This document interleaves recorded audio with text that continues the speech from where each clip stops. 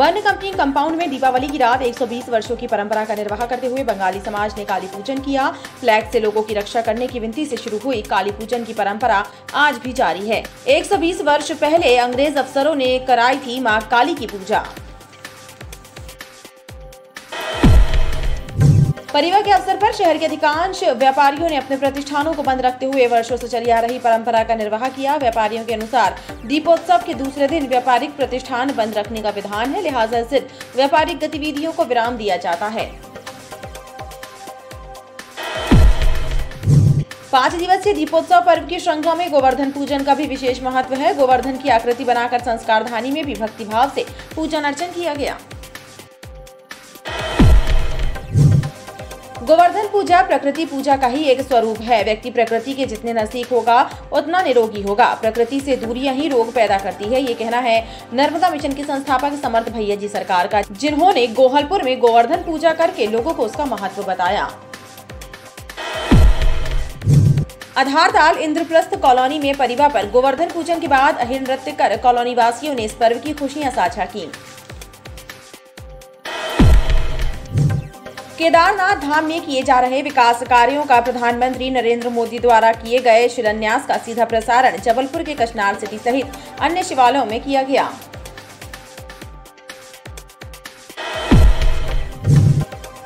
मध्य प्रदेश विधानसभा के पूर्व अध्यक्ष स्वर्गीय ईश्वरदास रोहानी की पुण्यतिथि पर भाजपा कार्यकर्ताओं ने उन्हें याद किया और वेटनरी के सामने स्थित उनकी प्रतिमा पर श्रद्धा सुमन अर्पित किए।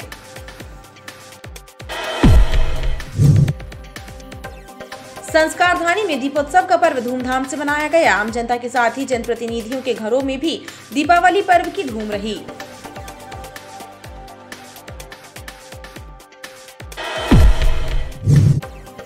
अग्नि दुर्घटनाओं के लिहाज से भी दीपावली का पर्व इस वर्ष ज्यादा नुकसानदायक नहीं रहा। छोटी छोटी 3 अग्नि दुर्घटनाएं नगर निगम के फायर ब्रिगेड के रिकॉर्ड में दर्ज हुई हैं, जिनमें कोई जनहानि नहीं हुई और नुकसान भी 25-30 हजार रुपए से ज्यादा का नहीं हुआ।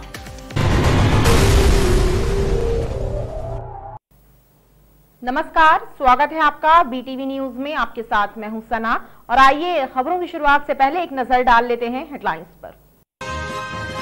केदारनाथ में प्रधानमंत्री द्वारा किए गए शिलान्यास कार्यक्रम के तहत जबलपुर में भी कचनार सिटी सहित शिवालयों में पहुंचे भाजपा कार्यकर्ता।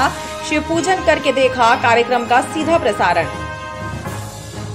संस्कार धानी में भी परंपरा अनुसार भक्तिभाव से की गई गोवर्धन पूजा। सुख समृद्धि धन धान्य का मांगा वरदान, गौ माता का भी हुआ पूजन।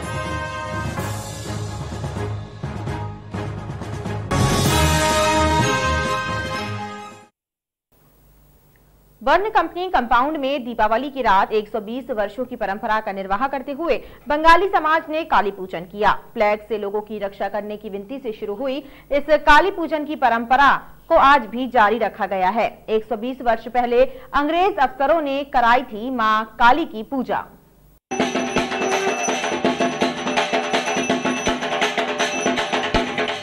बर्न कंपनी कालीबाड़ी दीपावली की पूरी रात गुलजार रहा। बंगाली समाज और क्षेत्रीय लोगों ने मिलकर माता काली का परंपरा अनुसार पूजन कर पूरे शहर, प्रदेश और देश के लिए खुशहाली की कामना की। दीपावली की रात मां काली की पूजा की यह परंपरा करीब 120 वर्ष पुरानी है। समिति सदस्यों का कहना है कि 120 वर्ष पहले जब शहर में प्लेग फैला था, तब माता काली की पूजा करके लोगों की रक्षा के लिए अनुष्ठान किया गया था और प्लेग का प्रकोप थम गया था। तभी से यह परंपरा लगातार जारी है। पहली बार अंग्रेज अफसरों ने यह पूजन करवाया था।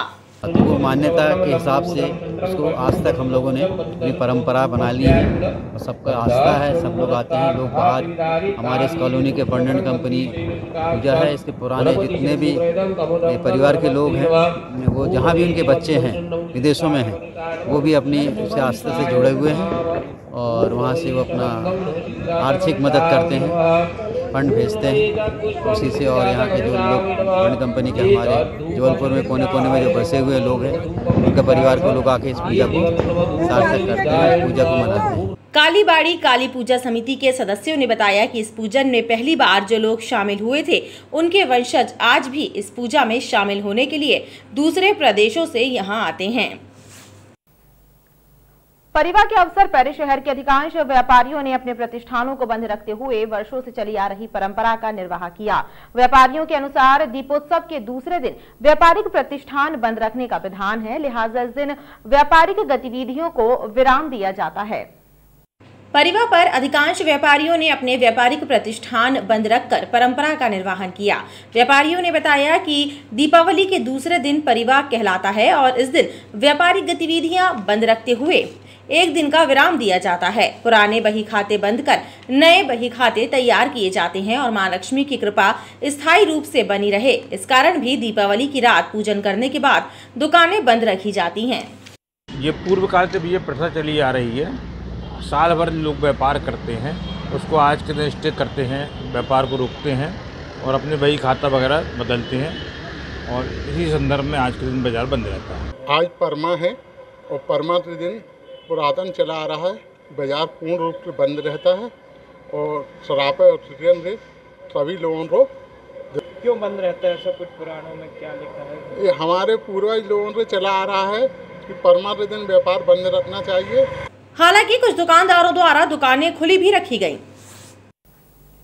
5 दिवसीय दीपोत्सव पर्व की श्रृंखला में गोवर्धन पूजन का भी विशेष महत्व है। गोवर्धन की आकृति बनाकर संस्कारधानी में भी भक्तिभाव से पूजन अर्चन किया गया। इस अवसर पर गौवंश की भी उपासना हुई। संस्कारधानी में भी गोवर्धन पूजा का पर्व परंपरा अनुसार भक्तिभाव से मनाया गया। गोबर से गोवर्धन पर्वत की आकृति बनाकर विधि विधान से पूजन कर धन धान्य और निरोगी काया का वरदान मांगा गया।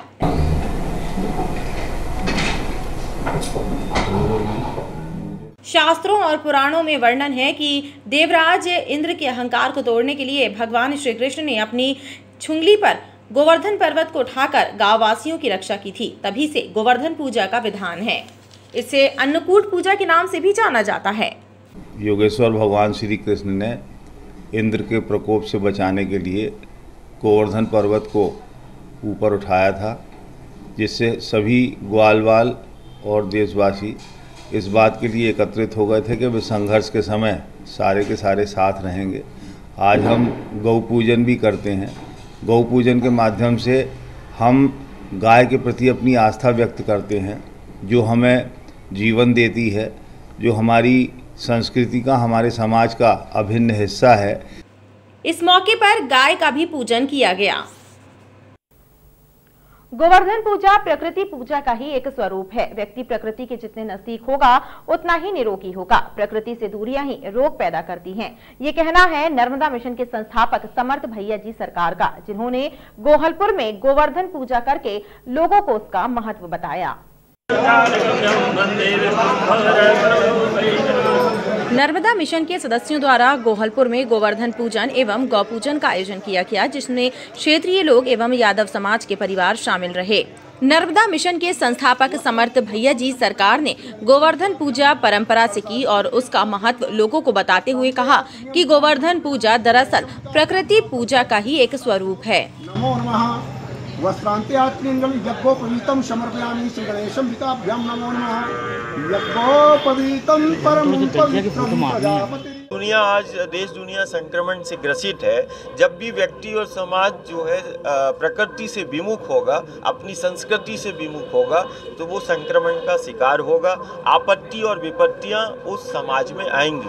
गोवर्धन पूजा इस बात का संदेश देता है और गोवर्धन पूजा इस बात का उद्देश्य की पूर्ति कराता है कि कहीं ना कहीं हमारा संबंध उन पहाड़ों से है, उन पवित्र जीवनदायिनी नदियों से है, जंगलों से है, उस प्रकृति से है कि प्रकृति के हम समीप आएं, अपने जीवन को, अपने समाज को सबसे सुरक्षित और सबसे व्यवस्थित करने का संदेश गोवर्धन की ये पूजा दे रही है। आयोजकों ने बताया कि नदियों और पर्वतों का संरक्षण आज सबसे ज्यादा जरूरी है, जिसकी तरफ सरकारें ध्यान नहीं दे रही हैं।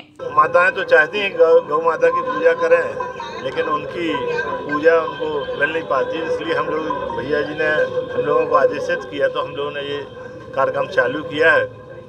और भैया जी सरकार हमारे नर्मदा जी के लिए जो लड़ रहे हैं, आज 370 दिन से ऊपर हो रहे हैं, उनने अन्न का फलाहार का त्याग कर दिया है। हाँ, ऐसे संत हमारे बीच में जो प्रकृति के लिए लड़ रहे हैं, हम चाहते हैं कि जनता उनके साथ हो, शासन प्रशासन उस बात को समझे।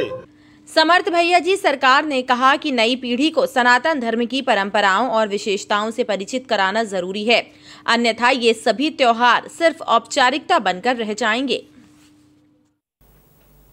आधारताल इंद्रप्रस्थ कॉलोनी में परिवा पर गोवर्धन पूजन के बाद अहिर नृत्य कर कॉलोनी वासियों ने इस पर्व की खुशियां साझा की।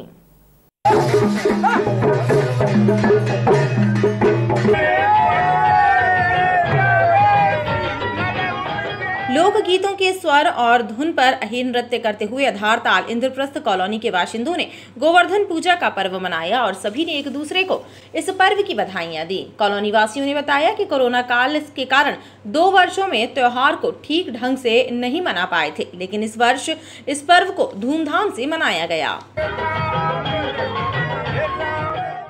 आज परमा के दिन आज ही के दिन गैया खिलाई जाती है और उसी में नाचते हैं, नाच गाना होता है, दिवाली होती है, मोहल्ले के सब पर्व के दिन मनाया जाता है। इससे संदेश जाता है भाई साल भर का पर्व है। अभी कोरोना महामारी के चलते इस प्रकार की सांस्कृतिक कार्यक्रम जो है टोटल बंद थे। आज पहली बार खुशियां लोगों के उसमें लौटी हैं, तो आज मिलजुल करके इस त्योहार को भली भांति मनाया गया।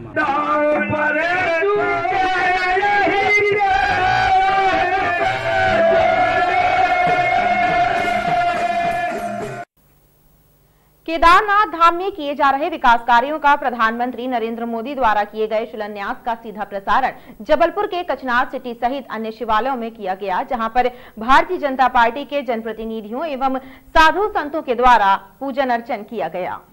प्रधानमंत्री नरेंद्र मोदी द्वारा बाबा केदारनाथ धाम में होने वाले विकास कार्यों सहित जगत गुरु आदि शंकराचार्य की प्रतिमा का लोकार्पण किया गया। इस अवसर पर जबलपुर के शिवालयों में भाजपा कार्यकर्ता साधु संतों के साथ पहुंचे और न केवल देवाधिदेव महादेव का पूजन किया, बल्कि इस कार्यक्रम का सीधा प्रसारण भी देखा।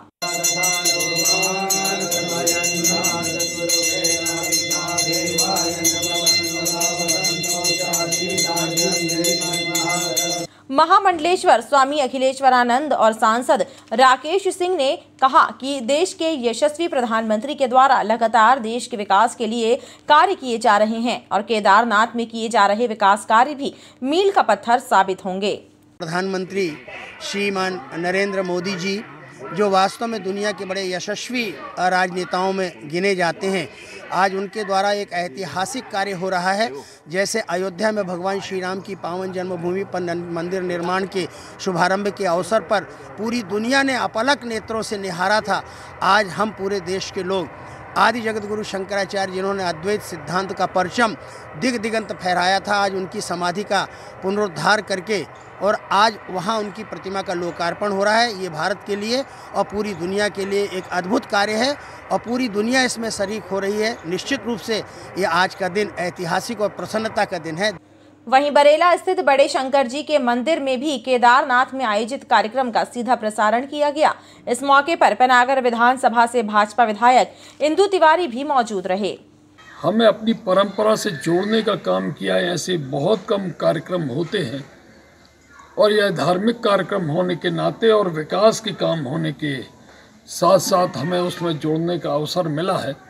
हम अपनी भारतीय परंपरा को पहचान सकें, नई पीढ़ी इस चीज़ को जान सके, हम केदारनाथ, बद्रीनाथ और हम अपने धामों के विषय में जान सकें, इसका पूर्ण उल्लेख किया गया है। हमें अपनी परंपरा को और मजबूत बनाने के लिए इस प्रकार के कार्यक्रम लगातार वहाँ पर हमें दर्शन के लिए जाना चाहिए, वो ग्रंथ पढ़ना चाहिए। आज वो जो विकास कार्य हुए हैं, निश्चित रूप से इसमें देश की परंपरा के साथ हमारी धरोहर भी मजबूत होगी। मध्य प्रदेश विधानसभा के पूर्व अध्यक्ष स्वर्गीय ईश्वरदास रोहाणी की पुण्यतिथि पर भाजपा कार्यकर्ताओं ने उन्हें याद किया और वेटनरी के सामने स्थित उनकी प्रतिमा पर श्रद्धा सुमन अर्पित किए।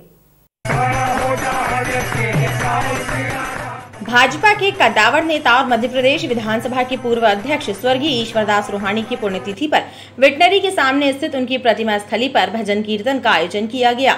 इस मौके पर भाजपा कार्यकर्ताओं ने उनकी प्रतिमा पर श्रद्धा सुमन अर्पित किए। उन्होंने बताया कि स्वर्गीय ईश्वरदास रोहाणी पीड़ित मानवता की सेवा के लिए समर्पित थे और उनका जीवन सभी के लिए प्रेरणा का स्रोत है।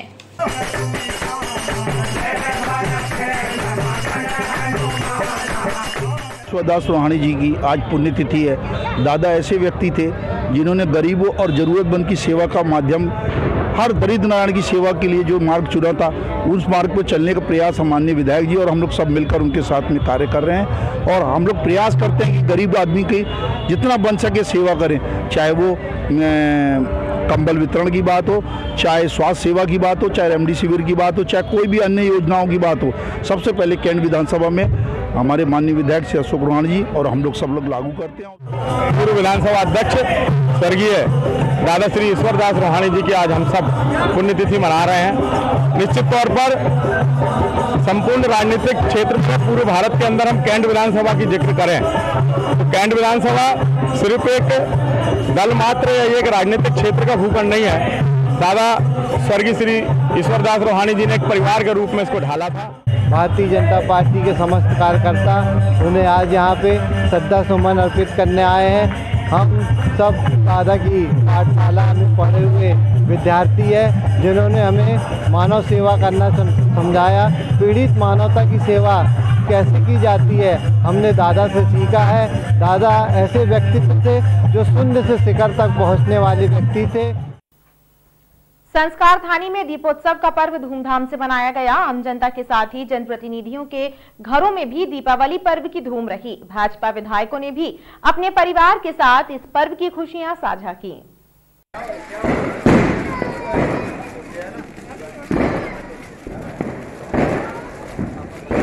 संस्कार धानी में दीपावली का पर्व हर्षोल्लास से मनाया गया। इस पर्व की खुशियां जनप्रतिनिधियों ने भी अपने परिवार के साथ मनाई।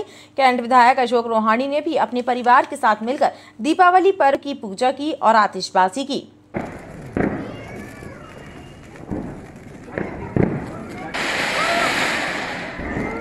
हम यही संदेश देना चाहते हैं, जैसे हमने अपने परिवार के साथ दिवाली का त्यौहार मनाया है, वैसे हर कोई अपने परिवार के साथ यह त्यौहार मनाए और हर खुशियाँ उनको मिलें। जैसे किसी चीज़ की सुविधा ना हो तो उनकी हम उस तरीके से हेल्प कर पाएँ। हमारा यही संदेश है कि हर किसी के लिए खुशियों का त्यौहार खुशियों से मनाया जाए। हैप्पी दिवाली। हमारा भारतवर्ष की यही संस्कृति है कि हमारा ये त्योहारों से ही ये जाना जाता है कि भारतवर्ष में हर प्रकार के त्यौहार धूमधाम से मनाए जाते हैं। और दीपावली तो एक ऐसा त्यौहार है कि वो जगमग और चमक दमक और ये पटाखों का या रोशनी का त्यौहार है। तो इसका मतलब ये नहीं कि हम प्रदूषण पर ध्यान न दें, उस पर हमें ज़रूर ध्यान देना है, लेकिन यह हमारे देश की परंपरा है कि ये एक पटाखे भी इसका एक हिस्सा है। तो हम इस खुशी को भी हम नकार नहीं सकते क्योंकि हमारा ये त्यौहार है। तो हम प्रदूषण को लेकर इस बात को ध्यान में रखते हुए हम इस प्रकार से हम थोड़ा सा उसको भी मेंटेन करके बैलेंस बनाकर चलें।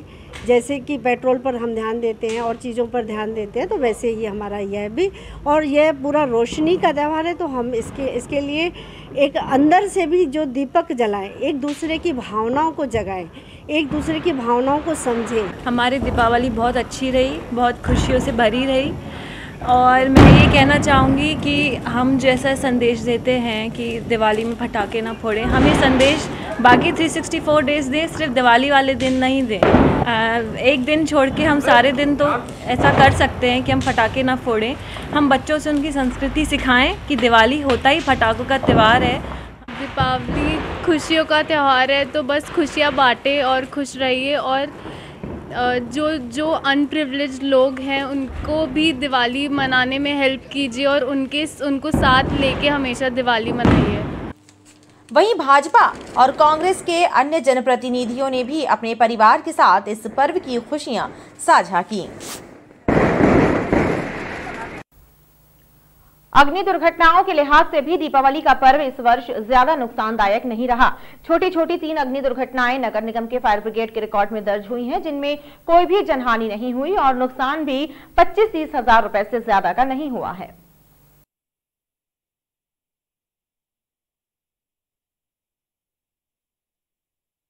दीपावली की रात बड़ी अग्नि दुर्घटनाओं की आशंका बनी रहती है, लेकिन अग्नि हादसों के लिहाज से इस वर्ष दीपावली का त्योहार राहत भरा रहा। शहर में कोई भी बड़ी अग्नि दुर्घटना नहीं हुई। नगर निगम की फायर ब्रिगेड से प्राप्त आंकड़ों पर भरोसा करें तो छोटी छोटी 3 दुर्घटनाएं दर्ज हुई हैं, जिनमें कोई जनहानि नहीं हुई और नुकसान भी अधिक नहीं हुआ है। जो दीपावली उत्सव था उसमें अग्नि दुर्घटनाएं हमारे पास 3 रिकॉर्ड में दर्ज हुई हैं, जो कि पहला था ये अपने गंगा सागर, ये लकड़ी का टाल था अमनपुर में, उसमें लगी थी आग 11:45 पे रात को। तत्काल यहाँ से 2 गाड़ी हमने रवाना की, तो जाके वहाँ पे देखा फायर हुआ था, तो उसमें कुछ हिस्से में लकड़ी में लगी थी टालों में आग। उसको फायर ब्रिगेड ने तत्काल कंट्रोल किया, किसी बड़े हादसे होने से बचाया और करीबन उनका नुकसान जो हुआ है 1000, 2000, 5000 रुपए का नुकसान हुआ। बहरहाल नगर निगम फायर ब्रिगेड की सतर्कता काम आई। अग्नि दुर्घटनाओं पर निगम कर्मियों ने तत्परता से काबू पा लिया। पिछले वर्षों की तुलना इस वर्ष दीपावली का त्योहार अधिक सुरक्षित रहा। और खबरों का सिलसिला लगातार जारी रहेगा, आप देखते रहिए BTV न्यूज।